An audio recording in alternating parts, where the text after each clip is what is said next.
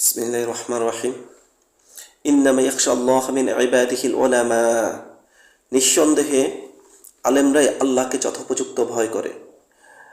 আলেমরাই আল্লাহকে ভয় করার দিক থেকে অগ্রগামী।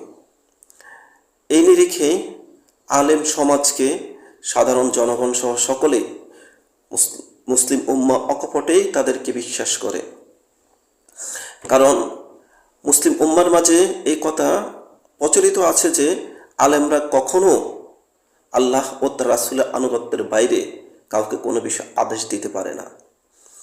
আলেমরা আল্লাহ ও তার রাসূলের সঠিক বার্তাসমূহকে যথোপযুক্তভাবে সকলের নিকট উপস্থাপন করে। এই নিরিখে আলেমদেরকে সবাই দ্বীনের রাহবার হিসেবে গ্রহণ করে নিয়েছে। আমরাও আলেমদেরকে দ্বীনের রাহবার হিসেবে গ্রহণ করে নিয়েছি।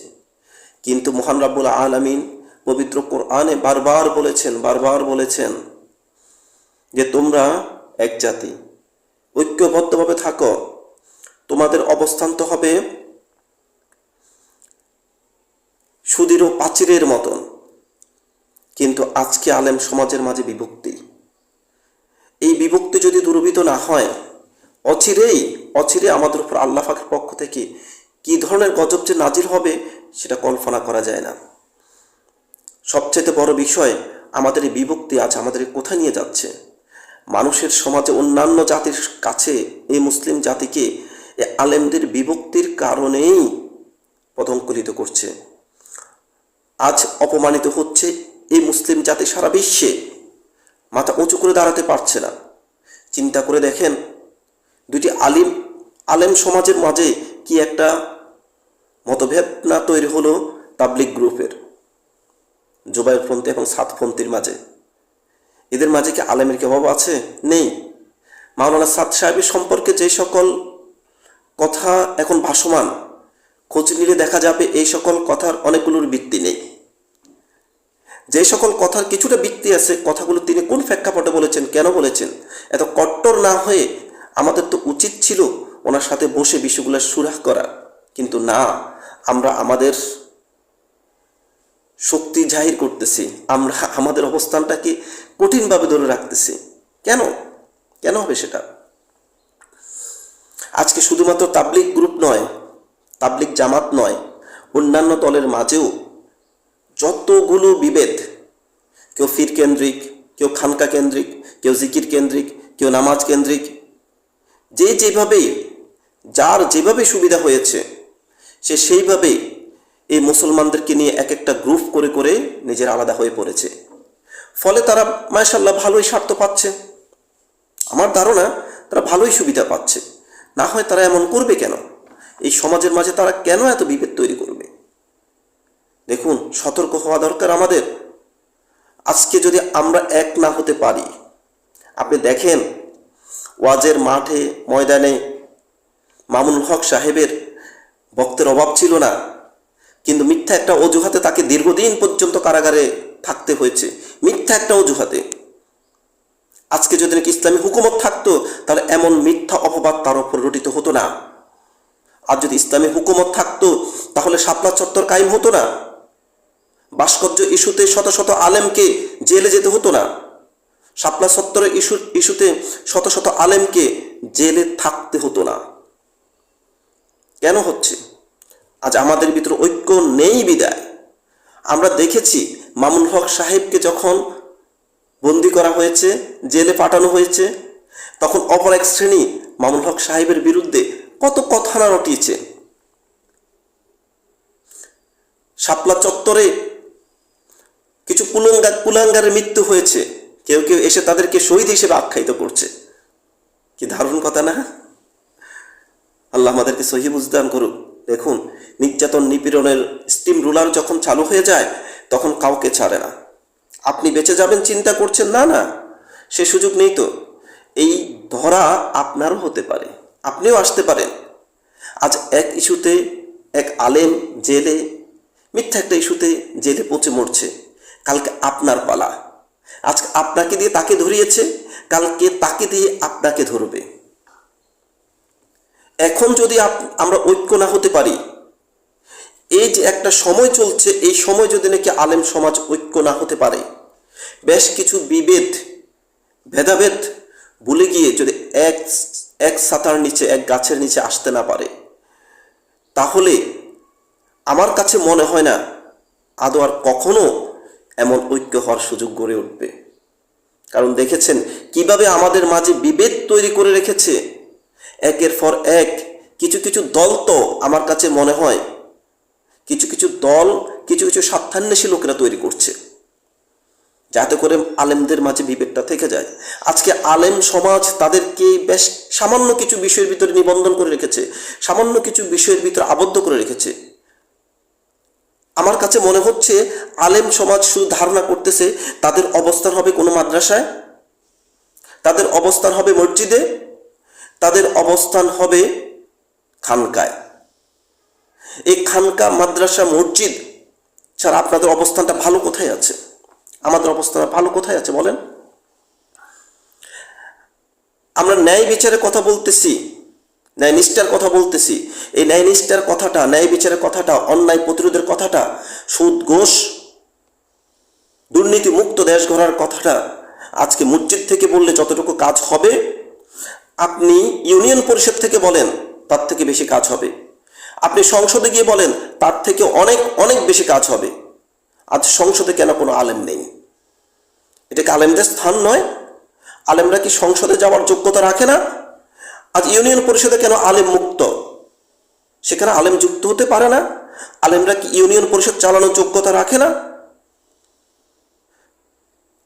আমি তো মনে করি একজন আলেম সর্বগুণে গুণান্বিত। সুতরাং সে শুধু ইউনিয়ন পরিষদ নয়, সে যেমনিভাবে তার পরিবারকে ইসলামের উপরে চালাইতে পারে, নিজেকে চালাইতে পারে, তার রাষ্ট্রকে সে চালাইতে পারবে। এবং একজন আলেমের কাছে যদি নাকি রাষ্ট্র ব্যবস্থাপনা যায়, তাহলে ওই রাষ্ট্র হবে ন্যায়ের রাষ্ট্র, ইনসাফের রাষ্ট্র। সেখানে মিথ্যা মামলায় কাউকে কারাভোগ করতে হবে না। সেখানে দিনমজুরদেরকে, ওই রাষ্ট্র ব্যবস্থাপনায় দিনমজুরদেরকে কাতরাইতে হবে না। কেউ এই সাহস পাবে না গরিবের হক মেরে খেতে, কেউ এই সাহস পাবে না দুর্নীতি করতে, ঘুষ খেতে। আজকে দেখা যায় 10,000 টাকা বেতনে চাকরি করে এক ব্যক্তি, ঢাকা শহরে তার প্লাট বাড়ির অভাব নেই, বাকি টাকা কোত্থেকে আসে? এই ঘুষ, দুর্নীতি, চাঁদাবাজ, এই শ্রেণীর লোকদেরকে রুখতে আলেম সমাজকে অগ্রণী ভূমিকা রাখা দরকার। শুধু মসজিদে, শুধু মাহফিলের মঞ্চে গিয়ে আপনি যে আলোচনা করছেন, আপনার আলোচনা হাজার হাজার, আপনার কথার মধুরতা হাজার হাজার মানুষ আসতেছে। দিনপ্রিয় মুসলমানগুলো আপনাদের কথায় তিক্ত হয়ে সেখানে আসতেছে, আপনাদের কথার মায়ায় তারা সেখানে আসতেছে। কিন্তু পরক্ষণে দেখেন প্রকৃতপক্ষে আপনার পক্ষে সেখানে কতজন লোক তৈরি হলো, ইসলামের পক্ষে সঠিকভাবে সেখানে কতজন লোক তৈরি হলো।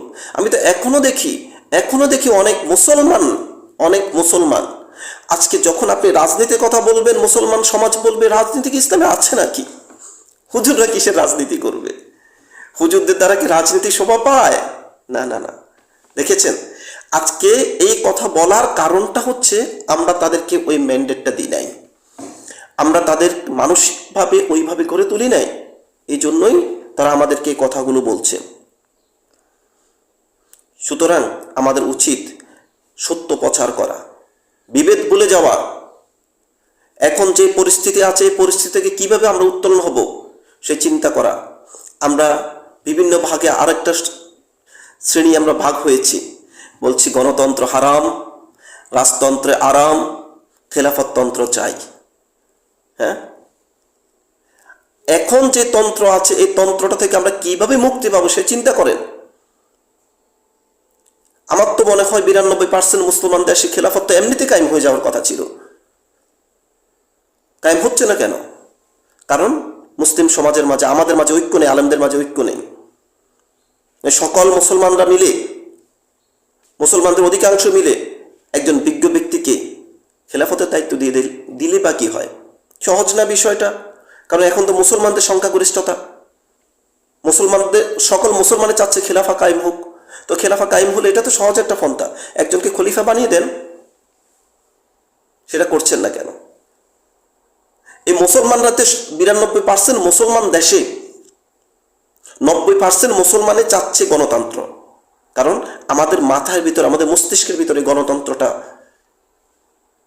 চোখের মতো করে কামড়ে ধরে আছে। এটাকে উপড়ে ফেলতে হবে। গণতন্ত্রের মতবাদকে, মৌলিক মতবাদকে, শিরকিপূর্ণ মতবাদগুলোকে উপড়ে ফেলতে হবে। উপড়ে ফেলার জন্য সবচেয়ে গুরুত্বপূর্ণ ভূমিকা যারা পালন করবে তারা হচ্ছে আলেম সমাজ। আর যদি এই উপড়ে ফেলার ক্ষেত্রে কিছু আলেম এগিয়ে আসে আর কিছু আলেম তাদেরকে অপবাদ দিয়ে পিছনে ঠেলে দেয়, সেটা কখনো যৌক্তিক হতে পারে না। সুতরাং সব ভেদাভেদ ভুলে গিয়ে আলেমদের ঐক্যের কোনো বিকল্প নেই, কোনো বিকল্প নেই। মনে রাখবেন, আজকে আমার আপনার ভুলের কারণে, আমার আপনার চিন্তার দূরদর্শিতার কারণে, আমার আপনার সিদ্ধান্তের অবহেলার কারণে যদি এই আলেম সমাজের মাঝে বিভেদগুলো থেকে যায়, তাহলে সাধারণ জনগণের মাঝ থেকে কখনো এই বিভেদগুলো উঠবে না। আমার কাছে মনে হচ্ছে এখন যে পরিস্থিতি দাঁড়িয়েছে, অদূর ভবিষ্যতে আমাদের মসজিদ নিয়ে ভাগাভাগি হবে। আপনারা খানকা তৈরি করেছেন, খানকা নিয়ে ভাগাভাগি হচ্ছে। পাড়ায় পাড়ায় এখন মসজিদ হচ্ছে, কিছুদিন পরে মনে হয় ঘরে ঘরে মসজিদ তৈরি হবে। মতাদর্শের ভিন্নতার কারণে, এই মতাদর্শের ভিন্নতা তৈরি করছি আমি, আপনি। আর ভাবছেন এমনিতেই চার পেয়ে যাবেন? যারা এই অবলা মুসলমান যারা আজকে আমাদেরকে অনুসরণ করে বিভক্তি হচ্ছে, তারা কি আমাদেরকে ছেড়ে দিবে আল্লাহর দরবার থেকে? তারা কি আমাদেরকে বলবেন রব্বানা ইন্না আতা'না সাআদাতানা ওয়া কুবরা'না ফাআদাল্লুনা আস-সাবিলা? তারা কি অভিযোগ করবেন আমাদের বিরুদ্ধে? উত্তর কি দিবেন? উত্তর আছে? নেই। হ্যাঁ, কোনো একটা যুক্তি উপস্থাপন করবেন, আল্লাহর দরবারে সেগুলো গ্রহণযোগ্য নয়। সুতরাং আসুন আমরা এখনই উপযুক্ত সময় আমরা সকল আলেম, আপনারা সবাই বসেন, কোথায় কোথায় আমাদের বিভেদগুলো, যেগুলো যৌক্তিক মত পার্থক্য, সেগুলোকে আমরা সমাধান করি। যেগুলো না, আসলে যুগে যুগেই এই ধরনের মত পার্থক্যগুলো কিছু কিছু বিষয় নিয়ে হয়ে আসছে, তাহলে সেগুলো আমরা এক পাশে রেখে দিই। আসুন, মাসলাক যার যার হোক, কিন্তু দিন ইসলাম সবার। মাসলাক যার যার, দিন ইসলাম সবার। আমরা সকলেই এক আল্লাহর আনুগত্য করি, এক রাসূলের আনুগত্য করি, এবং সকলেই এক সমাজ, এক ছাতার নিচে আসি। যদি এখন না আসতে পারেন, আর বিগত 50 বছর আমার কাছে মনে হয় আমাদেরকে অপেক্ষা করতে হবে ইমাম মাহাদির জন্য। এর আগ পর্যন্ত হবে না, কিন্তু ইমাম মাহাদির জন্য অপেক্ষা করছেন, ভালো কথা। দায়মুক্ত কি আমি আপনি হতে পারবো? চেষ্টার দিক থেকে আমি আপনি কি চেষ্টা করেছি সমাজ থেকে এগুলো দূর করার জন্য? শুধু মুখে বলেছি এতটুকু শেষ, ক্ষমতা প্রয়োগের চেষ্টা কি কখনো করেছি? সুতরাং এখনই সময়, বাংলাদেশের সর্বক্ষেত্রে আলেমদের ভূমিকা রাখা দরকার। ইউনিয়ন পরিষদের মেম্বার হতে মেম্বার, চেয়ারম্যান, পার্লামেন্টের একজন সদস্য, সকল সেক্টরে আলেম থাকবে। আলেমদেরকে এই অগ্রণী ভূমিকা রাখতে হবে। এইভাবে আলেমদেরকে গড়ে তোলেন, এই মুসলিম সমাজকে এইভাবে গড়ে তোলেন। শুধুমাত্র দ্বীনি শিক্ষা অবশ্যই ফরজ, এই ফরজ আদায়ের পাশাপাশি দুনিয়াবী শিক্ষা তাদেরকে শিক্ষিত করা দরকার। আমাদের শিক্ষা ব্যবস্থাপনাকে ওইভাবে ঢেলে সাজানো দরকার। দেখেছেন কিছুদিন আগে আল্লাহ পাকের অশেষ মেহেরবানির ফলে আলিয়া মাদ্রাসা যে শিক্ষা ব্যবস্থাপনা চালু হয়েছিল, এই শিক্ষা ব্যবস্থাপনা দিয়ে কখনো একজন প্রকৃত মুসলমান তৈরি হতো না। আমি তো বলতাম এই আলিয়া মাদ্রাসায় এমন এক পরিস্থিতি দাঁড়িয়েছিল, যে পরিস্থিতিতে এখানে একজন হিন্দু, একজন ইহুদি, খ্রিস্টান, মুসলমান এক বেঞ্চে পড়ে পড়ালেখা করতে পারত। পার্থক্য তেমন কিছু ছিল না, সবার জন্য শিক্ষা ব্যবস্থাপনা সমান হয়ে গিয়েছিল। মাদ্রাসা শুধু নামে ছিল, প্রকৃতপক্ষে কিছুই ছিল না। এই ষড়যন্ত্রের ফাঁদে আবার না পড়তে চাইলে এখনই সুযোগ সঠিক পদক্ষেপ গ্রহণ করা। নচেত শুধু শিক্ষা ব্যবস্থাপনা নয়, সকল ব্যবস্থাপনাই ধ্বংস হয়ে যাবে।